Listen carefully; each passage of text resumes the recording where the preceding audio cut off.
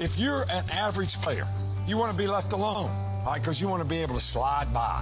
If you're a good player, you want to be coached. If you're a great player, you want the coach to tell you the truth every day. Did I hustle on that play? Did I make the right read? Did I play the guy with the right leverage? You want to know every play. Because you know why? They want to be perfect. Everybody here makes a choice to do one of those three things. Welcome to the GOAT Consulting Podcast, a podcast dedicated to people striving to be a GOAT, the greatest of all time, serving it up in a way that you can get it in all stages of life. Hey, I'm Colby Jubinville, and welcome to the GOAT Consulting Podcast, Season 2.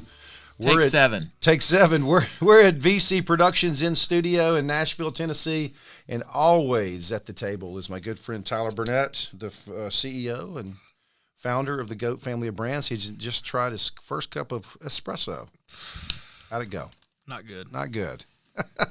I love you guys, but I don't know how you love that. Well, so good. Hey, it's definitely for those, a little bit older, for the people in the 40s in life. Yeah. And to the left, the LinkedIn Whisperer, all the way from Brentwood, Tennessee, wearing the shirt today that says Nashville Strong. Representing our anniversary from the bombing in downtown Nashville. And how we came back so strong. We did. This was the shirt that we bought. But no hat today for Georgia. No. We are not yet. Not yet. I'm holding on loosely to the greatness that could come. But so many great coaches came from Mobile that have coached in Georgia. We'll do that in another episode. We got a great episode for you today. We serve it up in a way that you can get it, just like Waffle House. Maybe somebody else that we'll talk about here in a second. Oh. We believe it's about stages of life and the stages of your career. In our 20s, they teach us to get in the game. In our 30s, they teach us to move up in the game. In our 40s, we try to stay in the game because those 30-year-olds are so good. In our 50s, we finally say, this is what I really want. Mm. And it's also about the GOAT, that beautiful brand that you see every time that you come and visit us and stop by and spend some time with us, our global audience. Yeah, it's probably worth just sharing with that global audience where you can listen to the podcast, by the way. Where do you usually listen? I go to YouTube now. Spotify is me too. 1.2 speed. Wow. Yeah. YouTube, Apple, Podbean, Pocket Cast, iHeart. Just type it into Google, Amazon. The GOAT Consulting Podcast. But in sports, GOATs are easy to see. They're recognized for their greatness, and what they do elevates everybody around them. But in business, there are people that compete on unique perspective, unique education, unique experience. What they do gives them energy, and it gives other people energy, creates new levels of challenge and new levels of opportunity. We take one idea and we break it up and talk about it and serve it up in a way that you can get it today.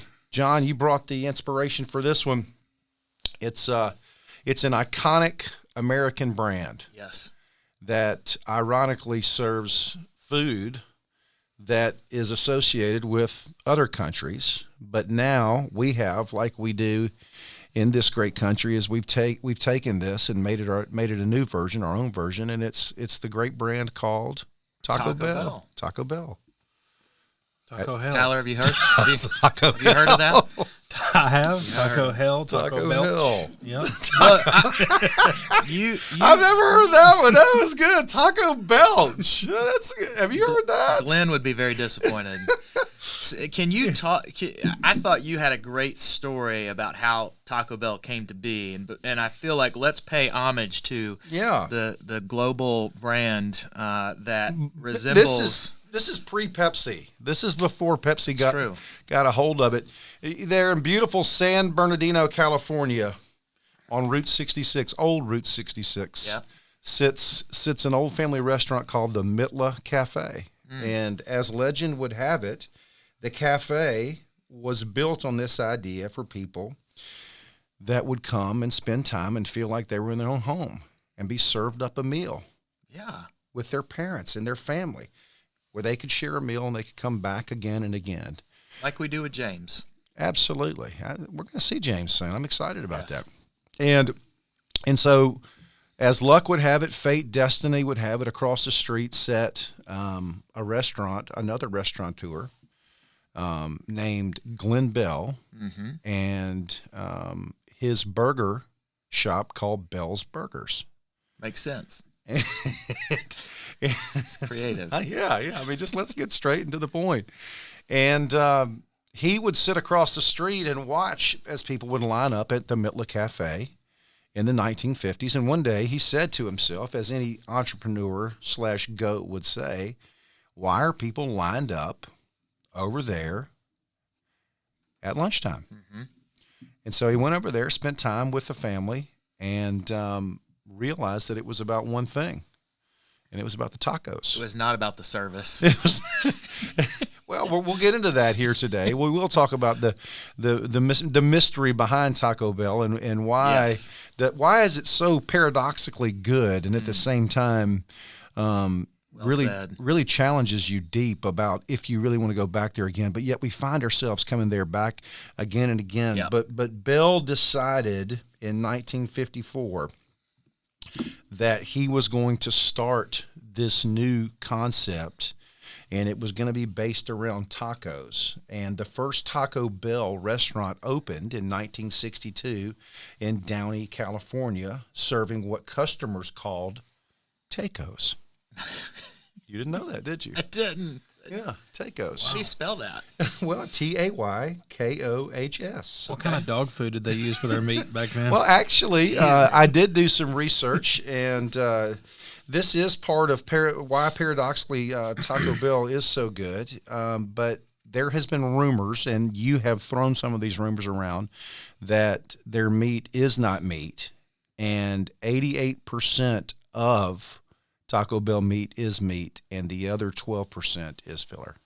Well, it has also been said that meat, whatever you want to call it, the 88% is lower quality than dog food meat. I guess depending on your dog food that you could be selecting for your pet. I won't disparage. That's become a thing these days too. Yes. It is also true that I have known people that are allergic to meat, as if that was a thing, but they can also eat Taco Bell meat.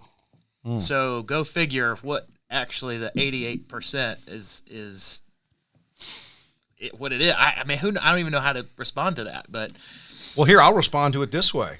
According to one episode of Food Network's Unwrapped, which gives viewers an inside look on what goes on in various food chains across the United States, Taco Bell can make a taco in under 7 seconds.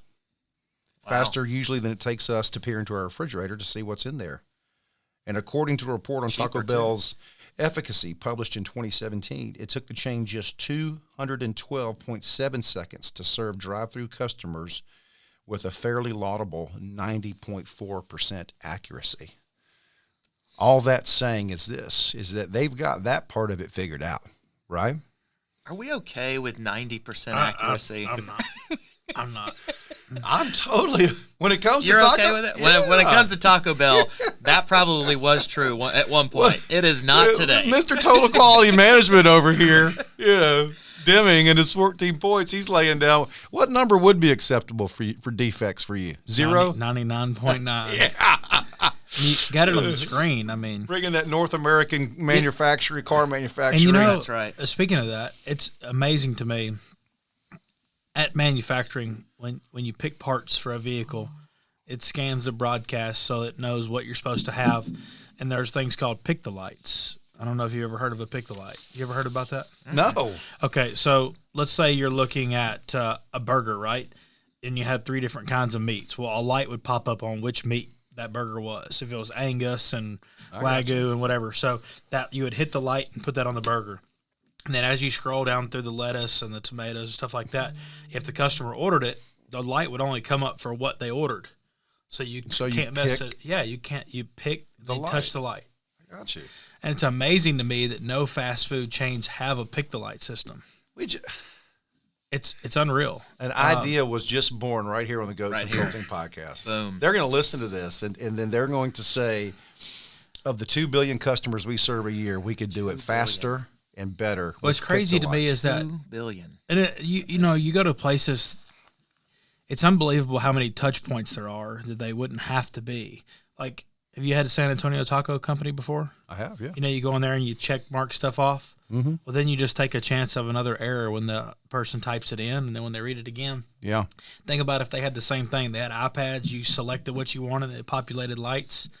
Like, they're pretty fast too, but So Taco Bell has that, actually, where you can order on the app. You can also do the same thing that you just described in store. And I think this is an appropriate time to segue and share Mr. Taco Bell. Share what my goat is. And I'll come back because what you just shared is brilliant. And Taco Bell is slightly a step ahead.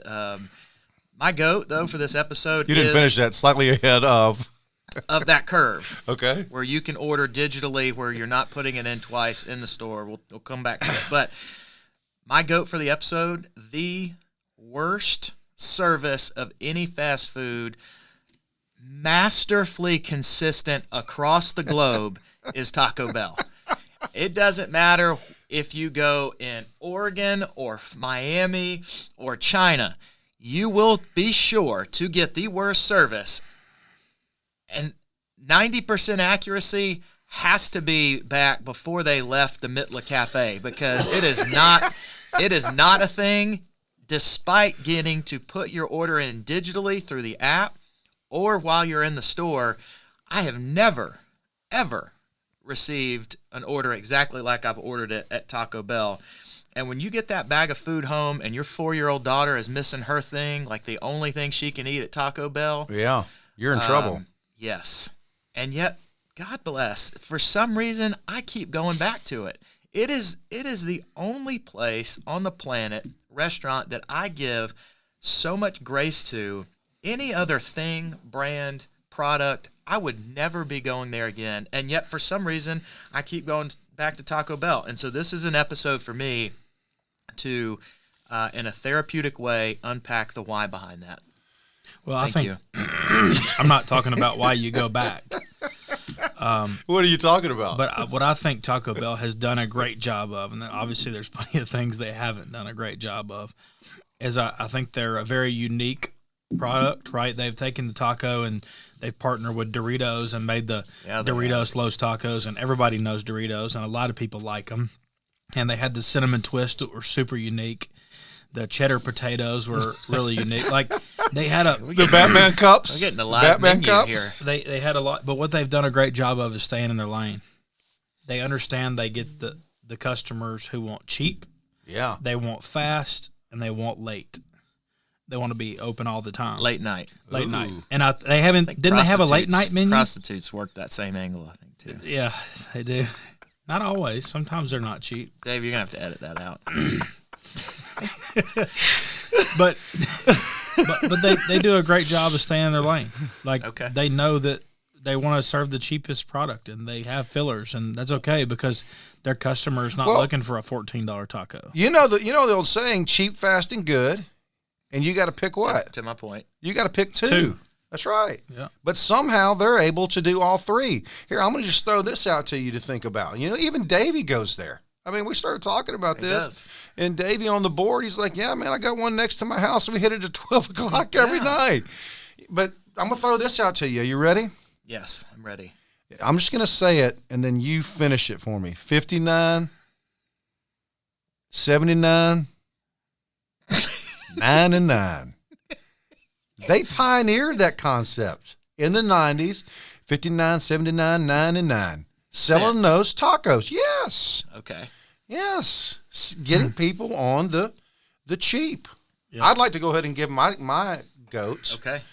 And I think all of y'all are going to be pretty impressed with this one. Okay. I'm a world traveler. Yes. Been outside of Tennessee.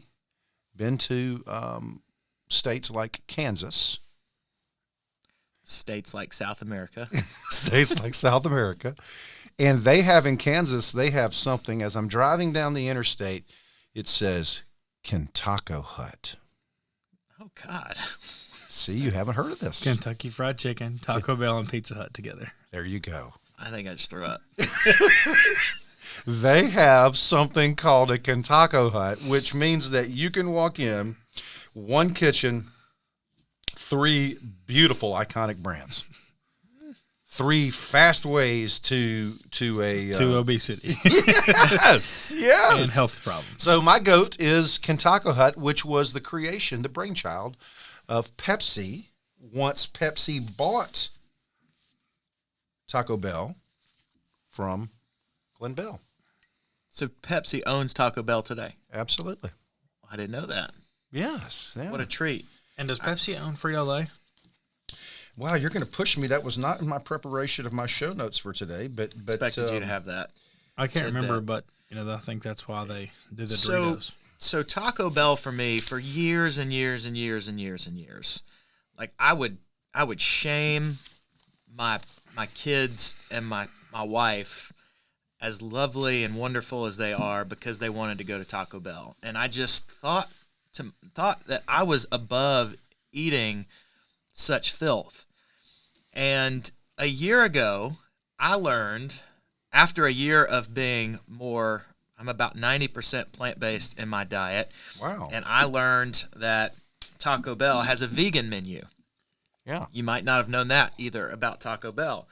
And it is really fantastic. And now I have become probably the biggest proponent of my house in going to Taco Bell. And it has created a connection with me that's really unique. With your kids. And with my kids. So John David, he's 16. The only way to his heart these days seems to be through food, and he gets 2 chicken quesadillas, and it's a connection point. Vanessa grew up going to Taco Bell with her family. They would give all the kids $2. They could order whatever they want. She went in. She gets 2 bean burritos, extra red sauce, no onions. It's a point of connection. That is so funny you say that. And that's a vegan option, by the way. Because Katie orders the same thing that she ordered when she was a kid. And there's a new point of connection for me, too, beyond even the whole last year on learning they had a vegan menu, is I've quickly become a Nashville Soccer fan. We've got an MLS team now. I've heard they're amazing. It is fun. It is so fun to go to, so fun to be a part of. Yep. Was there last week with Max and Ross for their playoff game in which they won the first round. And if they won that game, Taco Bell was giving away free chalupas. There you go. We don't even know what a chalupa is. So many fun connection points. You'll have to look that up. No, I do. That's what Katie orders every time. She likes a chalupa. Yeah. And then did you also hear, too, with the Nashville Soccer Club, did I say that right? You did. They're interviewing possibly new coaches. Really? Yeah. I did not know Ted that. Lasso. That makes a whole lot of sense. It's pulling it all together. It's funny that you mentioned the weight of John David's heart by food, and then you mentioned Nashville giving away Taco Bell. Don't the Predators do something? If Wendy's, they give away Wendy's Frosties, and then when I was playing in Lexington, Ford had the best-selling F-150 for 37 years, the best-selling truck on the market 37 years in a row. And on Thursday nights, if we won the game, they had 37-cent hot dogs. It's amazing that I've never noticed that before, but a lot of people use food to the way of people's heart. And I never. It's the quickest path to my heart. I don't know why they would say that. Some historical highlights before you jump in. Yeah. I think we're already in. Well, just to yeah, I didn't get to share my goat, but go ahead. Go ahead. No, go ahead. No, my goat, especially taking it back to when I was 16. Yeah. And needing food, and we're not going to go into the whole story about my childhood right now, but after I turned 16, if I wanted anything other than what was at home for food, then I had to buy it. And so yes, I love that. I had a lawnmower, a weed eater, a blower, and a trailer. And if I wanted a cell phone, or if I wanted gas, or if I wanted to go meet my buddies at Sonic, or that's whatever. the original GoFundMe. Right? Yeah, it's the original GoFundMe right there. Correct. And so now we just ask people to give us money for nothing, and somehow they do it. Sorry. What a beautiful time to be alive. Carry on. So my goat is McDonald's because it got me through. Yep. The dollar menu, which probably doesn't even exist anymore. I haven't been to McDonald's in forever. But I used to order 3 double cheeseburgers with cheese and ketchup only, and 3 McChickens plain add cheese. Wow. You the amount of food. 6 items. For $6.58. Now, it didn't serve me well now. But at the time, it tasted so good and it was so quick. and it was so cheap. That teenage metabolism burned that right up. It did, yeah, but it's catching up now. Good, fast, and cheap. At McDonald's, it's what? Fast and cheap. I don't think it's the good. And Taco Bell still owns the market on good, fast, and cheap. Try that vegan menu. I've got a story, though, I need to share. But I want to set the stage for you here. Glen Bell sold 868 Taco Bell restaurants to PepsiCo in 1978, and he became a PepsiCo shareholder. Oh, yeah, he did. Some other highlights, as I said, in 1990, the $59.79.99 value menu. Think about who came up with. I mean, just sitting in the boardroom and go, "What if we just start selling these things and start in their mind, $59.79.9?" Well, I used to walk around and say that all the time. I could never get out of my head. Taco Bell is the first to sponsor X Games, ESPN X Games, to be involved in the X Games. You talked about the Gordita. I mean, the Gordita Crunch is so the good. Gordita Crunch. God, I mean, listen to this one. 2004, the Mountain Dew Baja Blast. Yes, I remember that. The Crunch Wrap. Baja. It's not Baja. It's Baja. Like 2,400 calories in that I just drink. did that for you just to say that you would shame me. The Crunch Wrap Supreme becomes Taco Bell's most successful product in 2005. Pretty good. It's messy though. And you can get it in a vegan option too. Crunch Wrap Supreme, black beans instead of 2012 the meat, Taco Bell 10,000 Doritos Locos Tacos to the remote town of Bethel, Alaska. Makes sense. They've sold over 1 billion of those now. 2015 Taco Bell delivery arrives to select market across the United States. Here you go. In 2016, they launched something called the Quesalupa. Talking about being a category all by themselves. There's also a quesarita, which is my favorite thing on the menu, and it is not on the menu. You can only order it through the app. And you heard it here. You heard it here first. Is that queso in your margarita, or what is that? Quesarita. And then in 2018, Taco Bell launched nacho fries. I don't know if that's big with your family. I say all that to say this. Here's the one place. If you get this right, then you get a GOAT Consulting Podcast visor today. Oh, wow. This is the one place that you will not find Taco Bell. Does anybody know? At the table.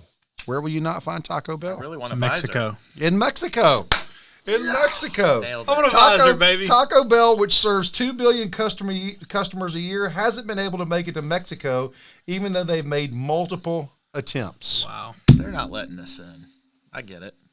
Well, here's what they said. The chain first attempted to make its way to the Mexican food scene when it opened a taco cart and several Taco Bells next to existing KFC's restaurants in Mexico City in 92. There was confusion from the get-go as Mexican customers didn't know what to expect from the menu. Taco Bell's signature crispy tacos were more similar to tostadas than a Mexican taco for one. Within 2 years, Taco Bell closed all of its locations in Mexico. Well, there you go. Good. Hey, their loss, our gain. Maybe. I mean, Maybe. There's a reason. Literally our gain, literally. Yeah, well, I mean, what did they say throughout the 90s and 2000s? Make a run to the bell. To the border, baby. Make a run to the border. So tell us more. Run to the border. So here's my big takeaway from this episode from Taco Bell. Like I said, I spent many years being more judgmental than curious around Taco Bell. That's from a recent episode. Thank you, Walt. Thank you, Ted. And I'm gonna share this very quick story, and then the big takeaway. But recently, since we've been eating more Taco Bell, we keep some of the hot sauce packets, and people that I live with were keeping them in a drawer at our house, and they would bust in the drawer, and then no one would clean it up, of course, because I would have to clean it up.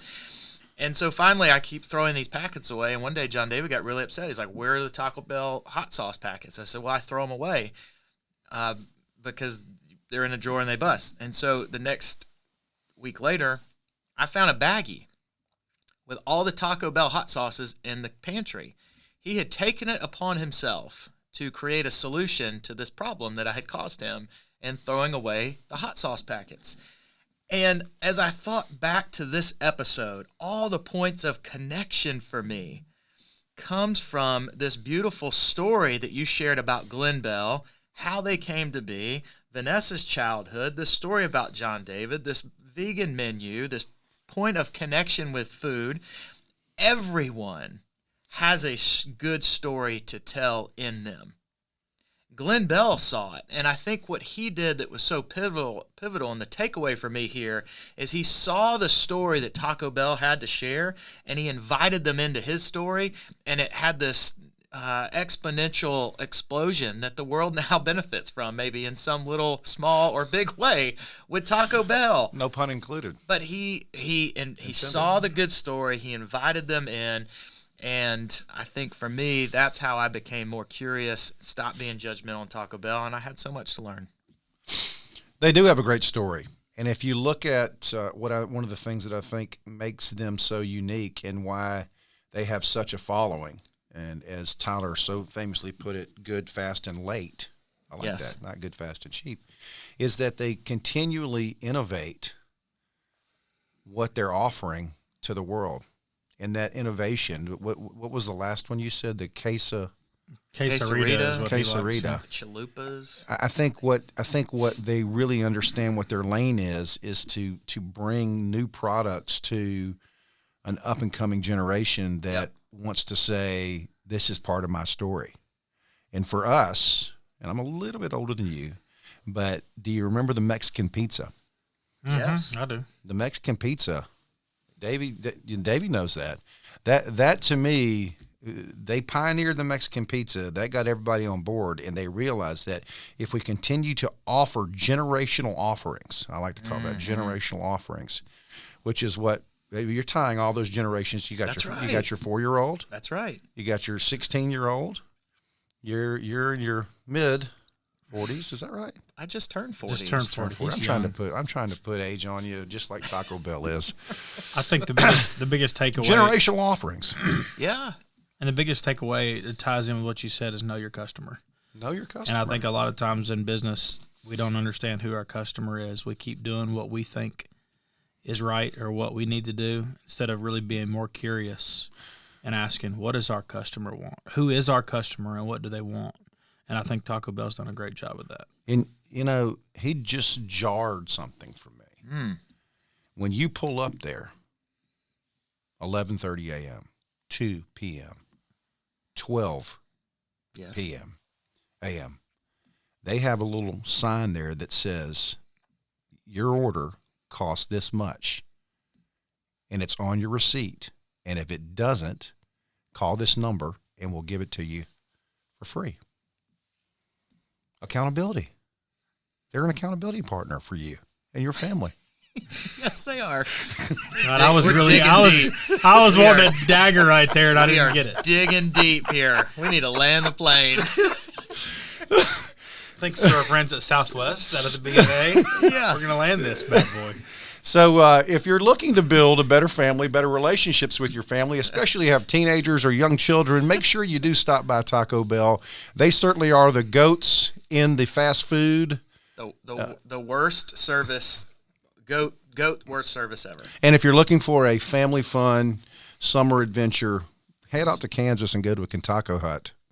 For Tyler Burnett and John Byers, I'm Colby Jubenville. This is Season 2 of the GOAT Consulting Podcast.